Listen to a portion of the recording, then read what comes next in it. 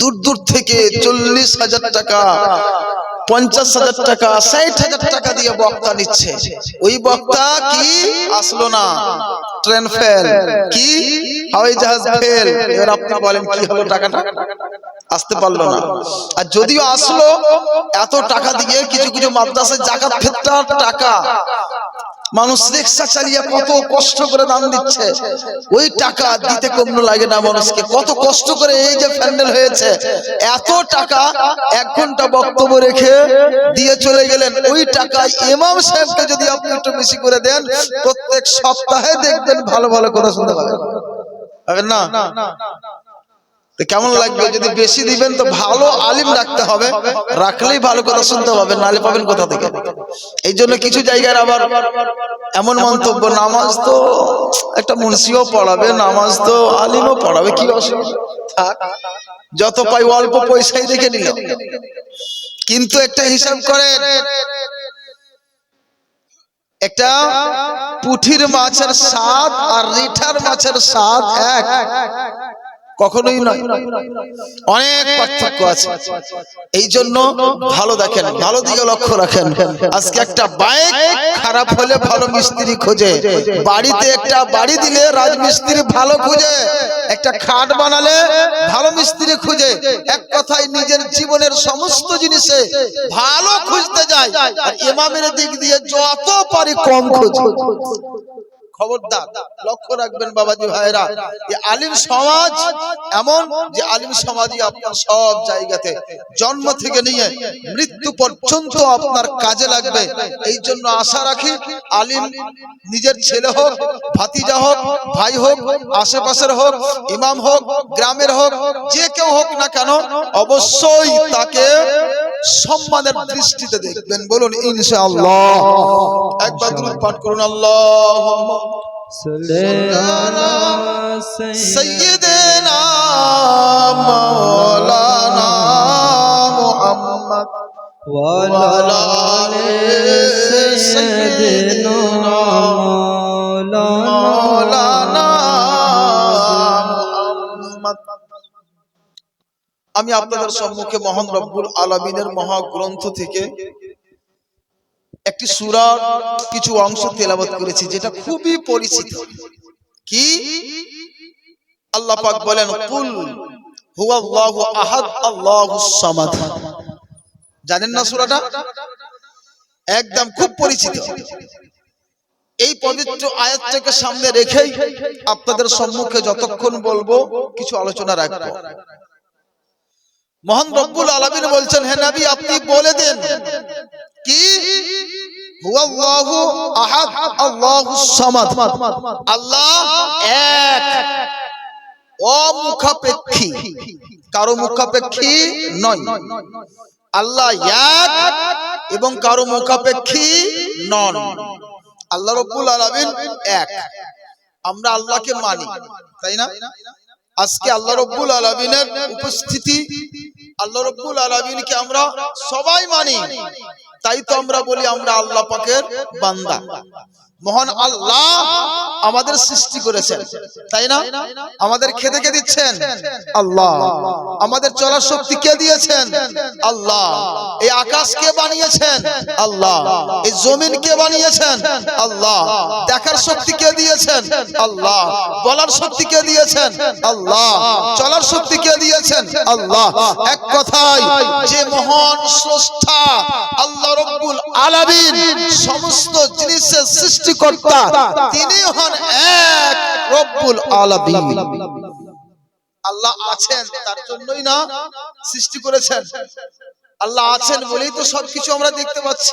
মহান আল্লাহ আমাদের সৃষ্টিকর্তা, সেই রব্বুল আলামিনকে আমাদের মানতে হবে। কেন?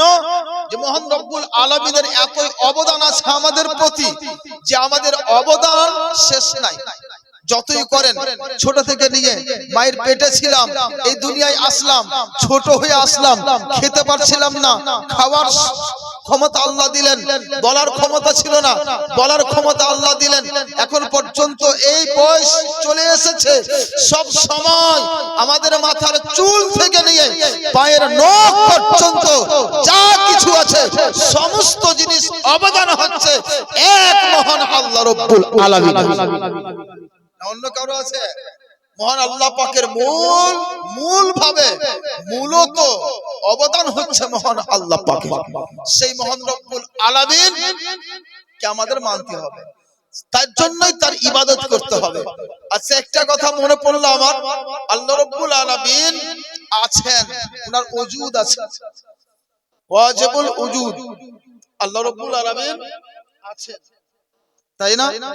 এই দলিল তো কোরআনে অনেক, হাদিসেও অনেক, কিন্তু কিছু লোক আছে যারা বেধর্মী, তাদেরকে বোঝানোর জন্য আপনি কোরআন পাবেন না, হাদিস পারবেন না, কারণ ওরা কোরআন হাদিস তো মানেই না। কি করে বুঝাবেন? আপনাদের আমার নিজের জীবনের একটা ঘটনা শোনাই, মনে পড়লো ঘটনাটা তাই বলছি। আমি যখন প্রথম ফারিগ হয়ে নবীনগর মাদ্রাসায় পড়াতাম, কালিয়াচক নবীনগর, ওই সময় এখান থেকে বাড়ি যাচ্ছিলাম, আমার বাড়ি মানিকচক বড় বাগান। সেই জায়গায় যেতে যেতে অমৃতিতে যখন বাসে উঠলাম, দেখছি ডান দিকে একটা সিট খালি আছে, বসতে যাচ্ছে। ভদ্রলোককে বললাম যে জায়গা আছে, বসতে পারি? বলে হ্যাঁ বসুন। বসলাম। সে ভদ্রলোক একদম ফিটফাট হয়ে আছে, বুঝা যায় না মুসলিম কি অমুসলিম, কিন্তু কথাবার্তায় বুঝলাম যে অমুসলিম, কারণ আজকাল তো বোঝা মুশকিল, সব একরকম, পোশাক এক, মুখের ডিজাইনও সব এক, তাই বোঝা যায় না। তাকে সে জিজ্ঞাসা করছেন যে আপনি কি মৌলভী সাহেব না তালিবে ইলম? আমি বললাম আলহামদুলিল্লাহ, এখন শিক্ষকতা করি, আলিম হয়েছে। বলছে আপনি মনে কিছু না করলে কিছু আমি জানতাম আপনার কাছে। আমি বললাম জানতে পারেন, কোনো অসুবিধা নাই, বলেন। উনি বলছেন যে আপনি যে আপনারা তথা মুসলমান সমাজ গড মানছেন? আমি বললাম হ্যাঁ, আমরা গড বলি না, আল্লাহ বলি। মাথায় রাখেন, আল্লাহকে গড বলা চলবে না, আল্লাহকে আল্লাহই বলতে হবে। গড, প্রভু, পরমাত্মা এসব বলে না অনেক কেউ, প্রভু বলা যাবে না, গড বলা যাবে না, এক আল্লাহকে আল্লাহই বলে ডাকবেন। সেই আল্লাহকে আপনারা কি করেন? বলছেন যে আল্লাহ আছে। আমার তো বিশ্বাস হয় না, আছে আল্লাহ, কি করে বুঝবো যে আল্লাহ আছে? আমি ভাবতে লাগলাম যে ব্যাপারটা তো গোলমাল, এ তো কোরআনও মানবে না যেহেতু নাস্তিক, আর এ তো হাদিসও মানবে না, কি দিয়ে বোঝা যায়? ভাবতে লাগলাম যে এ যেমন বলছে আমাকেও যুক্তি দিয়েই বুঝাতে হবে। আমি তখন তাকে বললাম ঠিক আছে স্যার, আপনি বলেন, আমরা বাসে উঠে আসি না, এই বাসটা চালাচ্ছেন কে? বলছে ড্রাইভার। ড্রাইভার চালাচ্ছে, বাস চলছে, ড্রাইভার বন্ধ করলে গাড়ি বন্ধ, তাই না? তার মানে এই বাসটা চালকের অধীনে আছে, চালক চালালে চলবে, না চালালে চলবে না। এইরকম করে এই পৃথিবীর বুকে যা কিছু আছে সমস্ত জিনিসের চালক কেউ না কেউ আছে। যখন থেকে আমরা জন্ম লাভ করেছি তখন থেকেই দেখছি, আমি ছোট ছিলাম, মায়ের পেটে ছিলাম, পেট থেকে ইহ জগতে আসলাম, ছোট ছিলাম, বলতে পারছিলাম না, বলতে শিখলাম, চলতে পারছিলাম না, চলতে শিখলাম, দেখার ক্ষমতা পেলাম, শরীর আস্তে আস্তে বেড়েই যাচ্ছে। একটা ছোট গাছকে দেখছি, আল্লাহ পাক সৃষ্টি করছেন, এই গাছটাও আস্তে আস্তে বেড়ে চলে যাচ্ছে, এক জায়গায় এক অবস্থায় কিছুই থাকে না। সূর্যকে দেখছি একদিকে উদিত হচ্ছে, অপর দিকে আবার সেখানে গিয়ে অস্ত হয়ে যাচ্ছে, ডুবে যাচ্ছে। এক কথায় সারা পৃথিবীর বুকে যা সৃষ্টি আছে, এই সমস্ত সৃষ্টির দিকে যখন লক্ষ্য করছি তখন এটাই দেখছি, সব জিনিস চলমান, সব জিনিসই চলছে। বুঝা গেল গাড়ি যেমন ড্রাইভার চালাচ্ছে, চলছে, এই মতোই এই সমস্ত জিনিসকে দেখছি, চলছে, চলেই যাচ্ছে। এটাই প্রমাণ করে এর চালানোওয়ালা অবশ্যই কেউ আছে, যিনি আছেন তারই নাম হয় আল্লাহ। উনি বলছেন কথা তো আপনার ঠিক, আমার তো মাথায় যায়নি এত দূর, বাস্তব কথা। আচ্ছা, আল্লাহকে তো মানছেন তাহলে যে আল্লাহ আছে? হ্যাঁ, অবশ্যই আল্লাহ আছে। তাহলে পৃথিবী দেখে আপনার এই বাসটাই প্রমাণ করছে যে চালাচ্ছে, চলছে, বন্ধ বন্ধ, সব জিনিস চালানেওয়ালা কেউ আছে, না হইলে এটা চলতো না। বলছে আচ্ছা, যখন বলছেন যে চালানেওয়ালা একজন আছেন, তাহলে আপনি এইটা আবার কি করেন? আমরা তো দেখছি যে আমাদের ধর্মে অনেকটাই খোদা মানে, আমরা আমাদের মাবুদ অনেক, কিন্তু আপনারা তবে দেখছি একটাই মাবুদ মানছেন, এক আল্লাহকে এক বলছেন। যে এটা কেন? আবার তো আমার মাথা ঘুরলো যে আল্লাহ এক, ও যদি মানত কোরআন বলে দিতাম কুল হু আল্লাহু আহাদ, আল্লাহ এক, নবী আপনি বলে দিন, আমার দলিল শেষ, তাই না? কিন্তু তো কোরআন মানে না। আবার ভাবতে লাগলাম কি করে ওকে উত্তর দেওয়া যায়। ও বলছে যে আল্লাহ যে এক, এর দলিল চাইছে। আবার তো আমাকে বিবেক থেকেই দিতে হবে, যুক্তি দিয়ে দিতে হবে। এই যুক্তি ছাড়া কিন্তু বুঝবে না। হ্যাঁ, ঠিক আছে। আমি বললাম চট করে আল্লাহ পাকের দয়া, আলহামদুলিল্লাহ, আমার মাথায় আবারও একটা উদাহরণ ভেসে আসলো। কি? আমি বললাম যে তার প্রমাণ এই গাড়ি। বলেন সুবহানাল্লাহ। কি বললাম? এর প্রমাণও এই গাড়ি দিচ্ছে। বলছে কি করে? বলছে গাড়ির চালক কজন আছে? একজন। আমি বললাম আমি এই গাড়িতে যদি ডবল চালক দিয়ে দিই, একজন পিছে ড্রাইভার করি, একজন আগে, বলুন গাড়িটা সঠিকভাবে চলবে না অ্যাক্সিডেন্ট করবে? বলছি অ্যাক্সিডেন্ট করবে। কেন? কেন? যে দুই মাইন্ড এক হতে পারে না, তাই না? দেখবেন বাচ্চাকালে যখন আমরা সাইকেল চালাতাম, একজন পিছনে বসতাম, একজন আগে বসে, দুইজনই পেডাল মারামারি করতাম। কেউ জোরে মারছে, কেউ আস্তে মারছে, আস্তে করে না জোরে করে, এই একটা ঝামেলা সৃষ্টি। দেখেন এখানে এই গাড়িটা চালাচ্ছে একজন, যার জন্য সঠিকভাবে সঠিক টাইমে গাড়ি চলে যাচ্ছে। কিন্তু এই গাড়িতে যদি পিছন দিকে একটা ড্রাইভার দিয়ে দেওয়া হয়, অথবা তার সাইডে আগের দিকেও একটা যদি ড্রাইভার রেখে আরেকটা হ্যান্ডেল দিয়ে দেওয়া হয়, তাহলে দুইজন একসাথে ভালোভাবে এক রকম করে গাড়ি চালাতে পারে? ও বলছেন না, এটা তো সম্ভব হবে না। তাহলে দুইজনে পারবে না, তো দুইজনের অধিক যদি ড্রাইভার বসাই, বলছে তো আরো ভাঙচুর করবে, চলবে না। আমি বলছি এবার মনে করে আজকে এই আল্লাহ রব্বুল আলামিনের যা কিছু সৃষ্টি আছে, এই সৃষ্টির দিকে দেখেন। যখন থেকে জন্ম লাভ করেছি, সূর্যকে দেখছি, সকাল হলে পূর্ব দিকে উদিত হয়, আবার সন্ধ্যা হলে পশ্চিম দিকে অস্ত হয়ে যায়। এইভাবে চন্দ্র এবং সূর্য চলাচল করছে। আজ পর্যন্ত দেখলাম না সকাল হওয়ার কথা কিন্তু সন্ধ্যা হয়ে গেল, বা কোথাও অ্যাক্সিডেন্ট করলো, এমন কথা কোথাও দেখলাম না।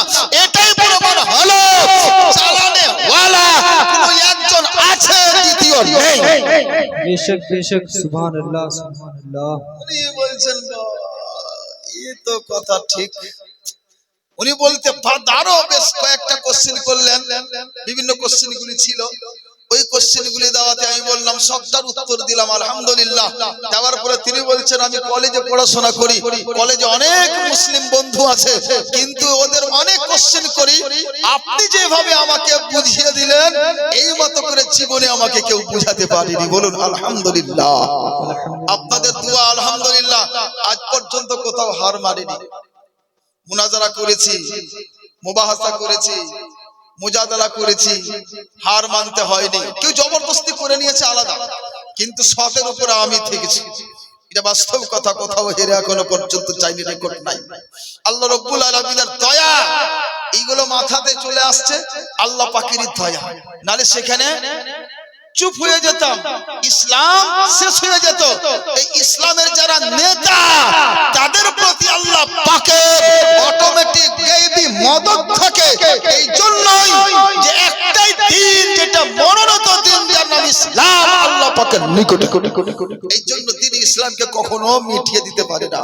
তবে আমাদের কিছু কৃতকর্ম আছে যার ফলে আল্লাহ পাকের সাহায্য আমরা পাই না, আল্লাহ পাকের দয়া আমরা পাই না। যাই হোক ব্রাদার, বুঝা গেল যে আল্লাহু রব্বুল আলামিনের অস্তিত্ব আছে, আল্লাহ পাকের অস্তিত্ব আছে, আল্লাহ পাকের সত্তা আছে। তাই আমরা মানি একজন আল্লাহ আছে। তিনি কজন? একজন আল্লাহ, দ্বিতীয় জন নাই। যে এক আল্লাহকে দ্বিতীয় মানবে অথবা তার সাথে কাউকে জড়িত করে নেবে, ওই ব্যক্তি মুশরিক হবে, ইসলাম থেকে খারিজ, তার ইসলামে কোনো জায়গা নাই, শেষ একদম। সেই ব্যক্তি হবে কি? মুরতাদ, যাকে বলি। আল্লাহ রাব্বুল আলামিন বলেন, কুল হুয়াল্লাহু আহাদ আল্লাহুস সামাদ। হে নবী, আপনি বলে দিন কি আল্লাহ এক এবং অমুখাপেক্ষী, কারো মুখাপেক্ষী নয়। এবার আপনাকে দেখি ব্রাদার, আল্লাহ রাব্বুল আলামিন কারো মুখাপেক্ষী নন, আল্লাহ এক। আল্লাহ রাব্বুল আলামিন কারো মুখাপেক্ষী নন। এই জায়গায় লক্ষ্য রেখে আজকাল কিছু লোক আছে মহান রব্বুল আলামিনের সম্মান, মহান রব্বুল আলামিন সম্পর্কে নিজের ঈমান, আকীদা, বিশ্বাসটা আলাদা কিছু করেছে। একটা নতুন দল সৃষ্টি হয়েছে, যে দলটার নাম যুগে যুগে চেঞ্জ হয়েছে। সেই দলটির নাম প্রথম ছিল ওয়াহাবি, তারপরে হলো লামাযহাবি, তারপরে হলো এখন চলছে তার নাম কি? আহলে হাদিস। নাম শুনেছেন? নাম কি হয়েছে? আহলে হাদিস। এটা বাস্তবে ওয়াহাবি। আরব কান্ট্রির একজন মোহাম্মদ বিন আব্দুল ওয়াহাব, নজদ একটা জায়গা, ওই নজদ থেকে এইটা মতটা প্রকাশ হয়েছে। কার মাধ্যমে? মোহাম্মদ বিন আব্দুল ওয়াহাবের নামে। এই জন্য তাদেরকে তার দিকে সম্বোধন করে ওয়াহাবি বলা হয়। এরা দেখছে ওয়াহাবি যখন বদনাম হয়ে গেল, গায়ের মুকাল্লিদ বলল, তাতে কি তারই একটি শাখা এখন হয়েছে সালাফি। এই ব্যক্তিদের মত কি যে আল্লাহ রাব্বুল আলামিন সশরীরে আছে, আল্লাহ পাকের কি আছে? শরীর আছে, আর আরশে বসে আছে। বলুন নাউযুবিল্লাহ। তারা কি বলছে? আল্লাহর গঠন আছে, শরীর আছে, হাত আছে, পা আছে, চোখ আছে, মুখ আছে, মাংস রক্তে সম্পৃক্ত এই আল্লাহ আরশে বসে আছেন। বলুন নাউযুবিল্লাহ। মনে রাখেন, প্রথমে মশলা। এ বাবাজি ভাইরা, হাল্লা না করে খুব গুরুত্বপূর্ণ আলোচনা করছি। দেখেন, আপনাকে একটা জিনিস বুঝিয়ে দিই আগে। একটা হয় ঈমান আর একটা হয় আমল। ঈমান যদি ঠিক থাকে আমল কাজ দেবে, ঈমান ঠিক না থাকলে আপনার আমল কোনো কাজ দেবে না। আজকে মুসলমান, আপনার ঈমান ঠিক আছে, আপনি দান করছেন, খয়রাত করছেন, নামাজ পড়ছেন, তেলাওয়াত করছেন, যত নেকির কাজ করছেন সব নেকি আপনি পাচ্ছেন। কিন্তু আপনার ঈমানটা যদি চ্যুত হয়ে যায়, ঈমান ছাড়া হয়ে যায়, তাহলে আপনি নামাজ পড়েন, রোজা রাখেন, হজ করেন, যাকাত দেন, যত নেকির কাজ করেন, একটাও নেকির কাজে আপনি নেকি পাবেন না, সব ব্যর্থ। নেকি বাঁচাতে হলে ঈমান ঠিক করতে হবে। মহান আল্লাহ রাব্বুল আলামিনের প্রতি প্রথম ঈমান আনয়ন করতে হবে। সে আল্লাহকে এক মানতে হবে, আল্লাহ পাক কারো মুখাপেক্ষী নন, এটা মানতে হবে। আল্লাহকে কিভাবে মানবো, এটা যদি আপনি না মানেন, না জানেন, আপনার ঈমান বাঁচানো কঠিন, বাঁচাতে পারবেন না। এই জন্য আমি প্রয়োজন ভাবলাম যে আজকে এই আল্লাহ পাক সম্পর্কে কিছু আলোচনা আপনাদের সম্মুখে বলবো। খুব প্রয়োজনীয় আলোচনা আছে, অনেক কিছু শিখতে পারবেন। তবে ধ্যান ধারণা আমার দিকে রাখেন। এখানে কি বলছে? এই ওয়াহাবি, এই লামাযহাবি, এই সালাফি, এই আহলে হাদিস, এই ব্যক্তিদের কথা হলো আল্লাহ পাক মাংস এবং রক্ত, হাত পা, অঙ্গ প্রত্যঙ্গ সহকারে আরশে বসে আছে। এইটা কোরআন হাদিস হিসাবে বাতিল আকীদা। যেটা রাখবে আকীদা, এই ব্যক্তি হয়ে যাবে কাফের, এই ব্যক্তি হবে বেদিন, এই ব্যক্তি হবে মুরতাদ। তার উপরে নতুন করে ঈমান আনা ফরজ। নতুন করে কলমা পড়ে মুসলমান হতে হবে। যদি বউ থাকে নতুন মোহর দিয়ে আবার দ্বিতীয়বার বিবাহ করতে হবে। যদি কোনো পীরের মুরিদ হয় ওকে আবার নতুন করে মুরিদ হতে হবে। তাই এক কথায় ইসলামিক সব রিশতা নাতা সব শেষ। কত বড় মসলা সে আল্লাহ রাব্বুল আলামিনের হাত পা সব বানিয়ে দিয়েছে এই ব্যক্তিরা। আপনাদের কিছু জানাই, এবার আপনি দেখেন এই যে ব্যক্তিরা বলছে আল্লাহ আরশে বসে আছে, মহান রব্বুল আলামিনকে আরশে বসালেন কে? এই সালাফি আহলে হাদিস ব্যক্তিরা। দলিল কি দিচ্ছে? তারা দলিল দিচ্ছে আর রহমানু আলাল আরশি ইস্তাওয়া, আল্লাহ আরশে সমাধীন অধিষ্ঠিত।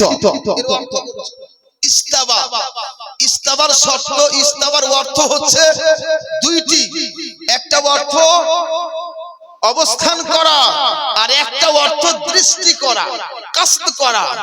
এই জায়গাতে মহান রব্বুল আলামিনের দিকে অবস্থান করা অর্থটা নেওয়া শিরক, এটা কুফরি। কিন্তু এই জায়গায় অর্থ নিতে হবে কি? দৃষ্টিপাত করা, লক্ষ্য করা। এই অর্থে আল্লাহ পাক এখানে বলেছেন। আর এই ব্যক্তিরা এটা অর্থ না নিয়ে ওই অবস্থান অর্থ নিয়ে গুমরা বেদিন হয়ে গেছে।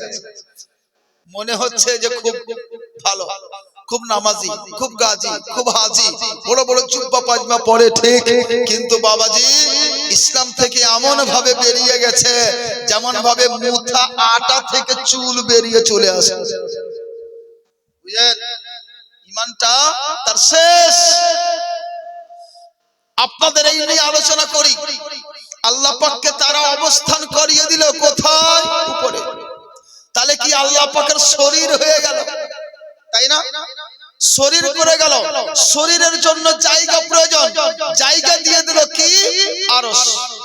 কিন্তু ব্রাদার দুটো জিনিস, একটা হয় শরীর সহ হয় আর একটাতে শরীর থাকে না, এমন জিনিস আছে। শরীর কোনটি? আজকে আপনাকে শরীরটা বুঝাই, যেটা জিসম। আজকে ধরুন আমার পকেটে একটা মোবাইল আছে, চলছে এখানে।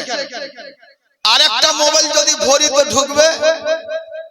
ঢুকবে না। দেখেন এটা টাইট হয়ে গেছে। একটা মোবাইল কোন রকম ঢুকছে, আর একটা মোবাইল ঢুকবে? ঢুকবে না। এই মোবাইলটার একটা শরীর আছে, আছে না? এটা গঠন, শরীর আছে। এইরকমই আজকাল পকেটে রাখার মতো কোরআন শরীফ উঠেছে, উঠেছে না? এই পবিত্র কোরআন শরীফ ছোট করে আজকাল ছাপা হয়েছে। এই পবিত্র কোরআনটাকে যদি এই পকেটে ভরি, একটা কোরআন পাক ঢুকবে, আরেকটা যদি ভরি ঢুকবে? ঢুকবে না, কারণ জায়গা নাই। তাহলে এই পবিত্র কোরআনের শরীর আছে, তাই না? বলেই একটার জায়গা দ্বিতীয়টা ঢুকে না। এই মতোই যদি আপনার আলমারিতে 5টা বই ঢুকে, ওই 5টা পবিত্র কোরআন ঢুকিয়ে দিলেন, 5টার পরে 6 নম্বরটা যদি ঢুকান ঢুকবে? ঢুকবে না, কারণ শরীর আছে। শরীরটা কি? কাগজ দিয়ে বানা আছে, তাতে কালি দিয়ে লেখা আছে। এই দিয়ে পবিত্র কোরআনের একটা শরীর তৈরি করা আছে। এটা হচ্ছে কি? একটা শরীর। এবার এই শরীরটাকে আপনাকে বলি, এই পবিত্র কোরআনে যে শরীর একটা তৈরি হয়ে আছে, আর যদি একটা হাফিজে কোরআনকে ডাকা হয়, হাফিজে কোরআনের বুকে কোরআন আছে না নাই? আছে না নাই? বুকে কোরআন আছে। এক লাইন আছে, একটা সূরা আছে, 5টা সূরা? কটি আছে গো? হ্যাঁ, 30 পারা পুরো আলহামদুর আলিফ লাম, আলহামদুর আলিফ লাম থেকে নিয়ে ওয়ান নাসের সিন পর্যন্ত পুরো কোরআন একটা হাফিজের ভিতরে আছে। এখানে কি হাফিজ আছে? নাই, পুরো কোরআন আছে। এবার আপনি বলেন ওই পবিত্র কোরআন একটা ভিতরে আছে, তারপরে ওই ছেলেটা যদি চাই যে আমি বুখারী শরীফের পুরো হাফিজ হয়ে যাব, মুখস্থ করে নেব, পারবে কি পারবে না? পারবে না? আটবে না ভিতরে জায়গা আছে না নাই? আছে। যদি বলে মুসলিম শরীফ মুখস্থ করব, পারবে? অবশ্যই পারবে, জায়গা আছে। যদি বলে যে আমি আবু দাউদ শরীফ করব, তাও পারবে। তিরমিজি করব, তবুও পারবে। ইবনে মাজাহ করব, তবুও পারবে। নাসাই করব, তবুও পারবে। পৃথিবীর বুকে যত কোরআন, যত পবিত্র কোরআনের পরে যতগুলি বই পুঁথি আছে, হাদিস থেকে নিয়ে যা কিছু আছে, ওই ব্যক্তি যদি চায়, যদি তার ইচ্ছা করে, সমস্ত বইগুলি আমি মুখস্থ করে আমার সিনার ভিতরে ভরে নিব, সবটাকেই ওই ব্যক্তি পারবে। পারবে না? কোরআনই তো গো, কোরআন না ওটা? পকেটে ভরছিলাম, ওটাও কোরআন ছিল। আলমারিতে ভরছিলাম, ওটাও কোরআন ছিল। আবার সিনার মধ্যে ভরছি, এটাও কোরআন। পার্থক্য কি? পকেটে যে কোরআন ছিল, এই কোরআনটার সশরীর। আলমারিতে যে কোরআন ভরছিলাম, এটা হচ্ছে সশরীর, তার শরীর ছিল, এই জন্য জায়গা চাইছে। আর ভিতরে যে শরীর ভরে নিয়েছে, পবিত্র কোরআন ভিতরে নিয়েছে, পবিত্র বুখারী হাদিস ভিতরে ভরেছে, তিরমিজি ভরেছে, মুসলিম ভরেছে, আবু দাউদ ভরেছে, নাসাই ভরেছে। এক কথায় পৃথিবীর যত রকমের এই কিতাবগুলি মুখস্থ করে ভিতরে ভরেছে, এটা শরীরবিহীন, তার শরীর নাই, তার জন্য সব ঢুকে গেছে। আর এখানে শরীরের জন্য ঢুকে না, তাই না? তাহলে বুঝলাম কি, একটা শরীর আছে আর একটা শরীর নাই। শরীর যদি থাকে, তাকে রাখার জন্য জায়গা চাই, আর শরীর যদি না থাকে, তার জন্য জায়গা লাগবে। জায়গা লাগবে। একটা হাফিজে কোরআনকে ডাকেন, গোটা শরীর, গোটা সিনা, গোটা বুককে তন্ন তন্ন করে ছিঁড়ে ফেলে খান খেয়ে দেখেন কোথায় কোরআন আছে। পাবেন? পাবেন কি না? তাহলে কি শরীর নাই, শরীরহীন। আর যেটা ছাপাই করা কোরআন, এটা হচ্ছে শরীর। বুঝে নিতে হবে। এই মতই মহান আল্লাহ রাব্বুল আলামিন, উনার সত্তা আছে, কিন্তু উনার শরীর নাই, শরীরবিহীন আল্লাহ রাব্বুল আলামিন আছেন। পবিত্র কোরআন বলে, লাইসা কামিসলিহি শাইউন, আল্লাহ পাকের মতো কোনো জিনিসই নাই। বেশক আল্লাহ পাকের মতো কোনো জিনিস নাই। তাহলে আপনি আল্লাহ পাকের মতো কেন এই শরীর বানিয়ে নিচ্ছেন? কোরআনের মতো শরীর, পবিত্র কোরআন প্রকাশ্যে যা দেখছেন, এই মতো করেই ভিতরে আবার রাখছেন যে। এবার একটা জিনিস আপনাকে দেখেন, এটা বোঝা গেল যে আল্লাহ পাকের শরীর নাই। কারণ পবিত্র কোরআন আল্লাহ পাকের সিফাত, আল্লাহ পাকের গুণ, আল্লাহ পাকের কথা। আল্লাহ পাকের কথার যেমন শরীর নাই, ওই মতো আল্লাহ পাকের সত্তারও শরীর নাই, শরীরবিহীন, জিসম নাই। বুঝতে পেরেছেন? এবার আপনাকে বলি, শরীর যদি আছে, তার হুকুম আলাদা, আর শরীর নাই, তার হুকুম আলাদা। লক্ষ্য করেন বাবাজি ভাইরা, যুক্তি দিয়ে আপনাদের সুন্দর করে বুঝাচ্ছি। কোরআন এবং হাদিস এবং তার সাথে যুক্তি দিয়ে আপনাদের মগজটা ঠিক করে দেব। ইনশাআল্লাহ সব যেতে পারে, জান চলে যেতে পারে, নিজের ঈমানটা থেকে যাবে। সেই ঈমানের বদৌলতে একদিন আপনি জান্নাত প্রবেশ করবেন। জরুরি আছে। আল্লাহ পাকের বান্দা, আল্লাহকে জানবেন না? হ্যাঁ, আপনি যে বাড়িতে বসবাস করবেন, সেই বাড়ির মালিককে আপনি জানবেন না? অবশ্যই দরকার। আল্লাহকে চিনেন, আল্লাহকে মানেন, আল্লাহর কথায় চলেন। ব্রাদার, আমি কি বলছিলাম যে শরীরের হুকুম আলাদা, আর শরীরবিহীন যা জিনিস, এর হুকুম আলাদা। পবিত্র কোরআন আমার পকেটে আছে, একটা ছাপা কোরআন শরীর সহ। এই পবিত্র কোরআনটা পকেটে নিয়ে আছি, নিয়ে আমি চলে গেলাম বাথরুমে। যাওয়া যাবে? পবিত্র কোরআনটা হাতে নিয়ে বা পকেটে নিয়ে যদি আমি বাথরুমে যাই, যাওয়া যাবে? যাবে না। এই পবিত্র কোরআনটাকে যদি আমি বিনা ওযুতে ছুঁই, তো ছোঁয়া যাবে না। ওই আহলে হাদিসের কথা শুনিয়েন না যে বিনা ওযুতে কোরআন ছোঁয়া যাবে। হ্যাঁ, ও সব সহজ, তারা খুব ফ্যাসিলিটি দেয়, সেই দিকে যাবেন না। পবিত্র কোরআন ছোঁয়া যাবে না। কারণ এটা আল্লাহ রাব্বুল আলামিনের কালাম, আল্লাহ রাব্বুল আলামিন নিষেধ করেছেন।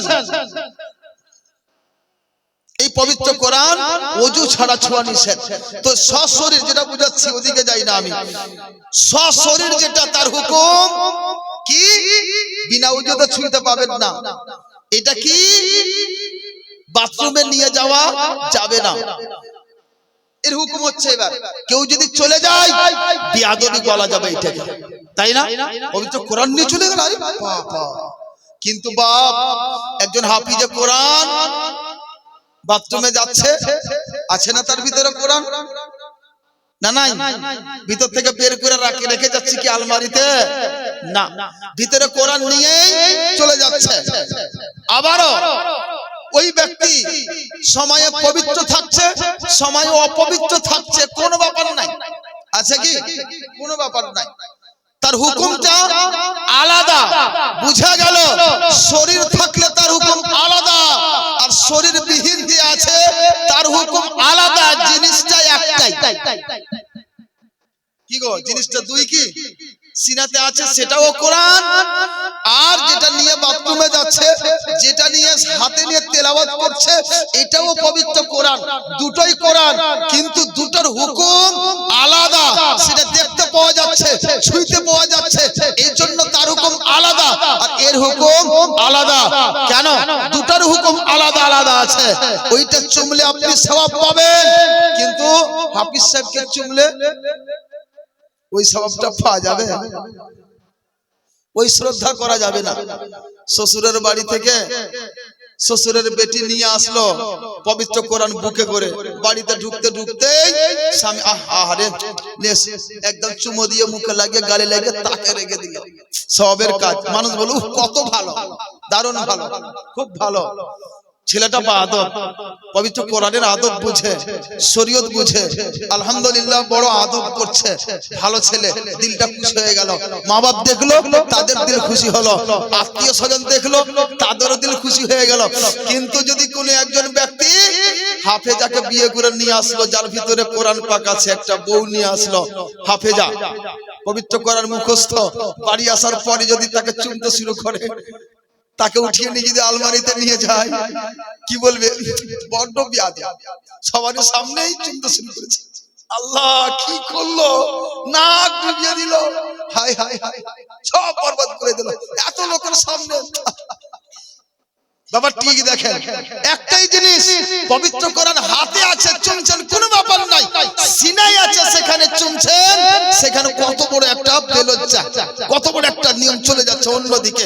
এই জন্য ব্রাদার, শরীরের হুকুম আলাদা আর শরীর বিহীনের হুকুম আলাদা। এটা বুঝতে পেরেছেন এবার? আশা করি এই মতোই মহান রব্বুল আলামিনের শরীর নাই, শরীর থাকলে তার হুকুম আলাদা হতো। শরীর নাই, যার ফলে আল্লাহ পাকের জন্য কোন স্থান নির্ধারিত করা, এটা হচ্ছে কুফরি। বেশক বেশক। কি বুঝলেন? এই শরীরের মতন করে ভাবাটাই ভুল। এই ওয়াহাবিরা যেটা ভেবে নিয়েছে আল্লাহর গঠন আছে, আল্লাহ পাকের হাত পা আছে, আল্লাহ পাকের সবকিছু শরীর আছে, রক্ত এবং রক্ত আর তার সাথে মাংসের সাথে সম্পৃক্ত, এই যে ভাবনা তারা ভেবে নিয়েছে, এটা একদম ভুল। আল্লাহ রাব্বুল আলামিনের কোনো তুলনাই নাই, কেউ করতে পারে না। আল্লাহ পাক বলছেন এই পবিত্র কোরআনে, লাইসা কামিসলিহি শাইউন, আল্লাহ পাকের মতো কোনো জিনিস নাই। যদি গঠন বানাই তো কার মতো বানাবি? এই তো হবে না, হবে না।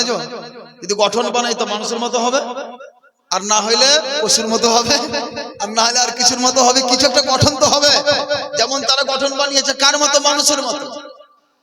কি হাত আছে, পা আছে, চোখ আছে, কান আছে, এই যে গঠন দিয়েছে, কার গঠন? মানুষের গঠন দিয়েছে। আর আল্লাহ কি বলছেন? লাইসা কামিসলিহি শাই, আল্লাহর মতো কোনো জিনিস নাই, আল্লাহর মতো কোনো জিনিস নাই। আর এই নালায়েকরা বলছে যে মানুষের মতন চোখ আছে, হাত আছে, পা আছে, সব আছে। কোরআন মানলো না ছাড়লো? একবার বলুন, কোরআন মানলো না ছাড়লো? তাহলে তাদের দাড়ি থেকে ভুলবেন, ভালো কথা থেকে ভুলবেন, লম্বা লম্বা হাতে তসবি থেকে ভুলে যাবেন, লম্বা লম্বা পাঞ্জাবি থেকে ভুলে যাবেন, নামাজ থেকে ভুলে যাবেন, তেলাওয়াত থেকে ভুলে যাবেন, কখনোই না। যার ঈমান নাই তার আমল কোনো কাজের না। কিন্তু আমরা সরল প্রাণ মুসলমান বুঝি না, তারা কোরআন মানে না, বুঝে না, কোরআনের বিরোধী আকীদা রাখে। এইটা যদি রাখে ওই ব্যক্তি কাফের হবে, বেদিন হবে। আল্লাহকে যদি গঠন দিয়ে দেওয়া হয় তাহলে ওই ব্যক্তি মার অসুস্থ হলে দেখতে যাওয়া নাজায়েজ, ওই ব্যক্তি মারা গেলে তার জানাজা হবে না, ওই ব্যক্তি মারা গেলে তাকে কবরস্থানে মুসলমানদের দাফন করতে দেওয়া হারাম। এত বড় মশলা, এত বড় ফতোয়া। আর আমাদের মধ্যে যাই হোক, আজকাল কে দেখছে যে বড় পয়সাওয়ালা আছে,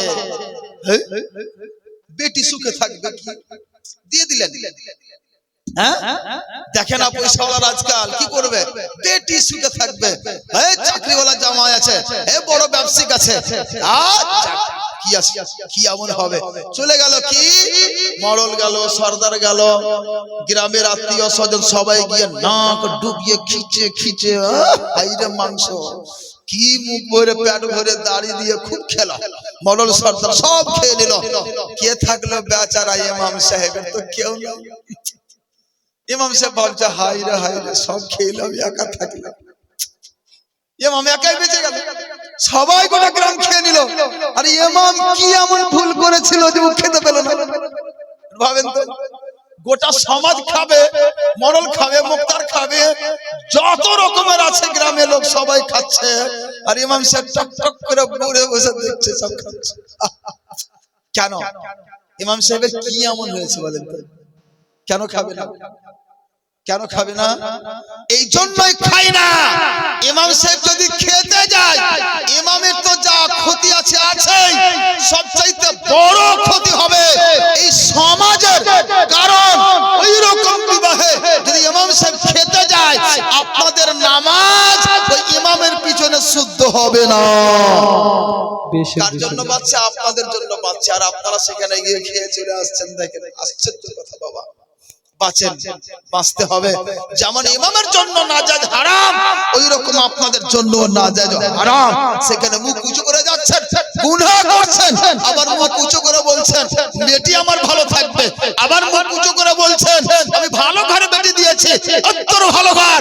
একটা মহিলা, একটা পুরুষের জীবন সার্থক ওই সময় হবে, জীবন সফল ওই সময় হবে যে ব্যক্তি জগতে আল্লাহ পাকের আইন মেনে চলে পরকালে গিয়ে জান্নাত লাভ করবে, সেই ব্যক্তি হবে আসল সফল। কি ভাবছেন ডাক্তার হয়ে গেলেন সফল হয়ে গেলাম, মাস্টার হয়ে গেলাম সফল হয়ে গেলাম, পাঁচতলা বিল্ডিং করে নিলাম সফল হয়ে গেলাম? না, এই সব থেকে যাবে।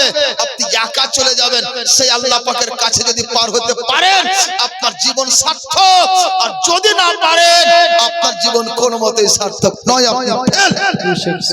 আল্লাহুম্মা সাল্লি আলা সাইয়্যিদিনা মাওলানা মুহাম্মদ ওয়া আলা আলি সাইয়্যিদিনা মাওলানা মুহাম্মদ।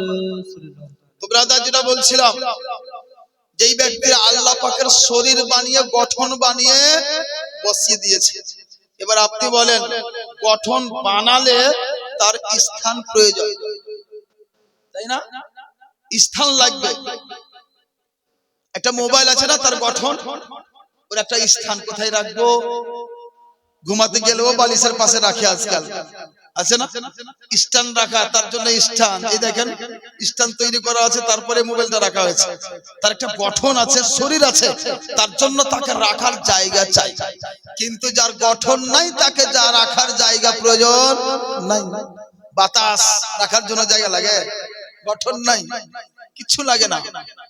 এইরকম এখানে আল্লাহ রাব্বুল আলামিনকে রাখার জন্য যে জায়গা লাগবে, এই জায়গার নাম তারা কি করলো? আরশ। আরশে আল্লাহ পাক কে বসিয়ে দিল এই বেদিন ব্যক্তিরা। এবার যখন ওই আরশে বসালো, গঠন তৈরি করলো, এবার আপনারাই বলেন এই আল্লাহ রাব্বুল আলামিনের গঠন বানিয়ে যখন আরশে বসালো, তো আরশটা আল্লাহর জন্য জায়গা হয়ে গেল। তাদের আকীদার কথা বলছি। যখন জায়গা হলো, তো আপনারা বলেন নারায়ে তাকবীর, নারায়ে তাকবীর, নারায়ে রিসালাত। দু চারটি কথা আর আপনাদের দিয়ে দিই। আমি তো ভাবছিলাম টাইম আমার লম্বা আছে। হুজুর চলে এসেছেন, বুঝতেই পারছেন, গাড়ি চলে আসলে দ্বিতীয় গাড়ির টাইম শেষ। গুরুত্বপূর্ণ কিছু দরকার আরো ছিল, যাই হোক ইনশাআল্লাহ। তবে দু চারটি কথা দেখেন, এরা কি বলছে আরশে বসিয়ে দেওয়া হলো। এবার বলেন আপনারা, আরশটা সৃষ্টি না স্রষ্টা? আরশ হচ্ছে সৃষ্টি। আরশের সৃষ্টিকর্তা কে? আল্লাহ। এ ভাইরা শোনো শোনো শোনো, তোমরা বেশি, তোমাদের জন্যই তো বলছি। ইউটিউব দেখে দেখে সব কার দিকে কোন দিকে বলে যাচ্ছে, কোনো দেখছো না যে কোথায় পল আছে আর কোথায় নাই, কিছু দেখতে পাবো না তোমরা।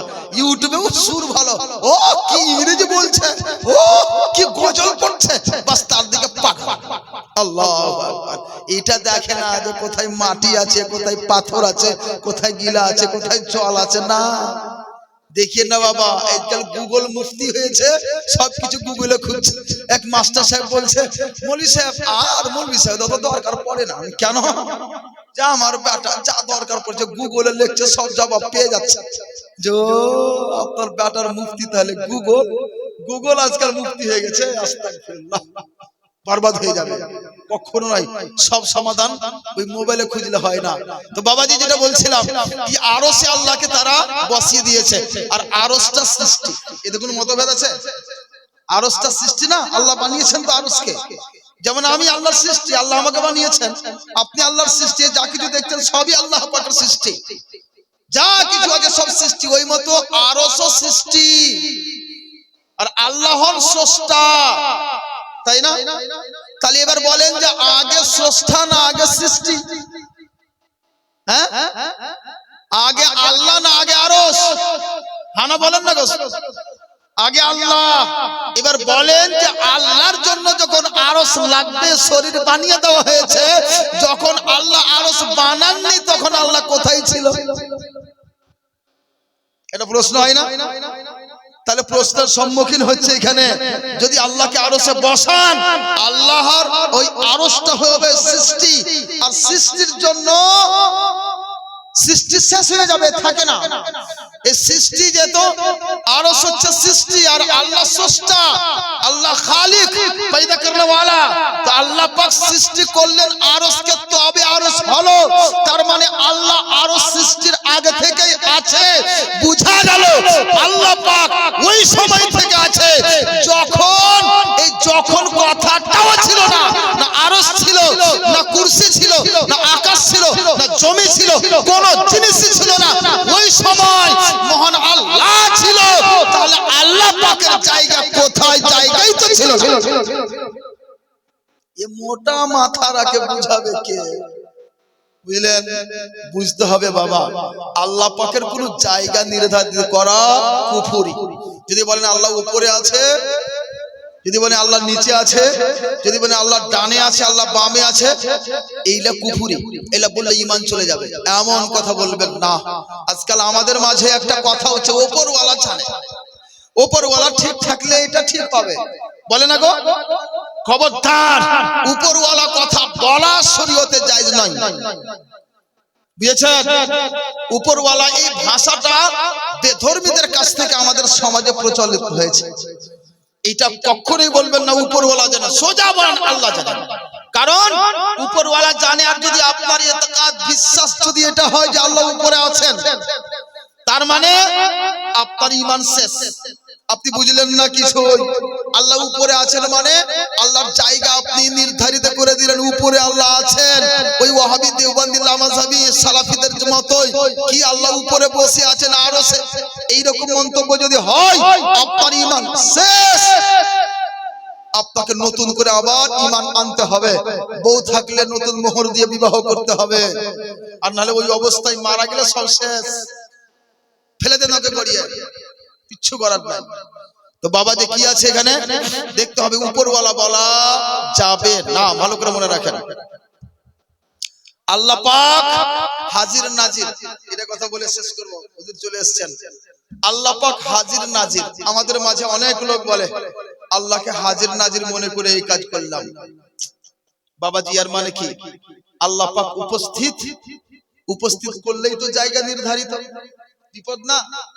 বললাম যে আল্লাহর কোনো জায়গা নাই, আল্লাহ নিরাকার, জায়গাহীন, আল্লাহর জন্য কোনো জায়গা নাই। আল্লাহ রাব্বুল আলামিন কেমন আছেন, কোথায় আছেন তিনি ভালো জানেন। কোনো জায়গা নির্ধারিত করা যাবে না। ওই জন্যই হাজির নাজির বলা যাবে না। কারণ হাজির কাকে বলে? হাজিরের অর্থ হচ্ছে সশরীরে উপস্থিত হওয়া। আজকে মামাজি হুজুর বক্তার সাথে উপস্থিত হয়েছেন, দেখছেন না? হাজির আছে না? এতক্ষণ ছিল কি হাজির ছিল?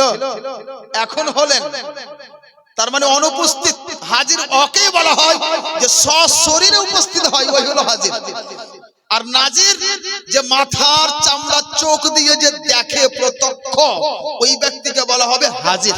আর আল্লাহ পাক শরীর থেকে পবিত্র, যখন শরীর থেকে পবিত্র তাহলে তার জায়গা নির্ধারিত করা যাবে না, এবং চোখ মানাই যাবে না তার শরীর গঠনটাই, অঙ্গ প্রত্যঙ্গ থেকে পবিত্র। এই জন্য আল্লাহ পাকের ক্ষেত্রে হাজির নাজির কথা বলা চলবে না। যদি কেউ বলে আল্লাহ হাজির নাজির এই অর্থে যে ওই সশরীরে আছে, তাহলে কিন্তু চলে গেল, তার ঈমান শেষ। হ্যাঁ, তবে কি প্রশ্ন হয়, আমরা যে বলি যে আল্লাহ শুনছে, আল্লাহ দেখছে, হাজির নাই তো শুনছে কেমন করে, হাজির নাই তো দেখছে কেমন করে? প্রশ্ন আছে না মাথায়? হ্যাঁ, এই একটা ব্যাপার আছে। দেখেন কি গুণের দিক দিয়ে দেখা একটি গুণ, শোনা একটি গুণ। আল্লাহ রাব্বুল আলামিন শুনেন এবং দেখেন, তবে এই চোখ দ্বারা নয়, উনার গুণ দিয়ে। আল্লাহ সশরীরে উপস্থিত নন, কিন্তু আল্লাহ পাক হচ্ছেন কি রকম? আল্লাহ রাব্বুল আলামিন গুণের দিক দিয়ে সারাক্ষণ সকলের নিকটেই শুনছেন, দেখছেন, সব কিছুই তিনি জানেন। যেমন আল্লাহ পাক বলেন, নাহনু আকরাবু মিন হাবলিল ওয়ারিদ, আমি তোমাদের কানের কণ্ঠনালীর চাইতেও অতি নিকটে। তাই না? আল্লাহ সব শুনছেন, আপনি শুনতে পারেন না, আল্লাহ শুনছেন। কেমন করে শুনছেন? গুণগত দিক দিয়ে আল্লাহ উপস্থিত, আর সত্তাগত দিক দিয়ে আল্লাহ অনুপস্থিত। বুঝা গেছে? এটা মাথাতে রাখেন। এই জন্য আল্লাহ হাজির নাজির এটা বলা যাবে না। গুণ, গুণের দিক দিয়ে আল্লাহ রাব্বুল আলামিন আমাদের খেতে দিচ্ছেন, এটা একটা কর্ম, কর্ম করা মানুষের একটা ব্যাপার, তাই না? কিন্তু এগুলো পবিত্র। আল্লাহ রাব্বুল আলামিনের শরীর নাই, এই হিসাব করাটাই ভুল। কিছু লোক আছে ইহ জগৎটাকে, ফের লম্বা হয়ে যাবে বক্তব্য, হাজার চলে এসছে, তুমিকে বলবো চাল হয়ে যাবে, ঠিক গেলাম। যাই হোক, এই পর্যন্তই থাক। আল্লাহ সম্পর্কে অনেক কিছু আছে যেগুলো আমরা জানি না, না জেনে আমাদের ঈমান কখন কোন দিক দিয়ে যে বেরিয়ে যাবে টেরও পাবো না। এই জন্য বাবাজি ভাইরা, ভালো আলিমদের ওয়াজ শোনেন, আর এই ঈমান আকীদা এগুলা শিক্ষার চেষ্টা করেন। যারা আলহামদুলিল্লাহ আপনাদের কাছে তো উপযুক্ত ইমাম সাহেব আছেন, মাঝে মধ্যে গিয়ে আলোচনাগুলি করেন। আল্লাহ সম্পর্কে বিশ্বাস কি রাখতে হবে, নবী সম্পর্কে বিশ্বাস কি রাখতে হবে, পীর ওলিদের সম্পর্কে বিশ্বাস কি রাখতে হবে, সাহাবীদের সম্পর্কে বিশ্বাস কি রাখতে হবে, এই সমস্ত আলোচনা হওয়া অনিবার্য উপস্থিত ফিতনার যুগে। কারণ মোবাইল সবার হাতে, সবকিছু শুনছে। এই জন্য খুব প্রয়োজন প্রথমত আল্লাহ সম্পর্কে নিজের আকীদা বিশ্বাসটাকে ঠিক করেন। যাই হোক ব্রাদার, যা কিছু বললাম ভুল ত্রুটি মহান রব্বুল আলামিনের পবিত্র দরবারে মার্জনীয়, এবং সকলে একবার নিজের তওবা পাঠ করে নিন। আস্তাগফিরুল্লাহ রাব্বি মিন কুল্লি যামবি ওয়া আতুবু ইলাইহি। আসসালামু আলাইকুম ওয়া রাহমাতুল্লাহি ওয়া বারাকাতুহু।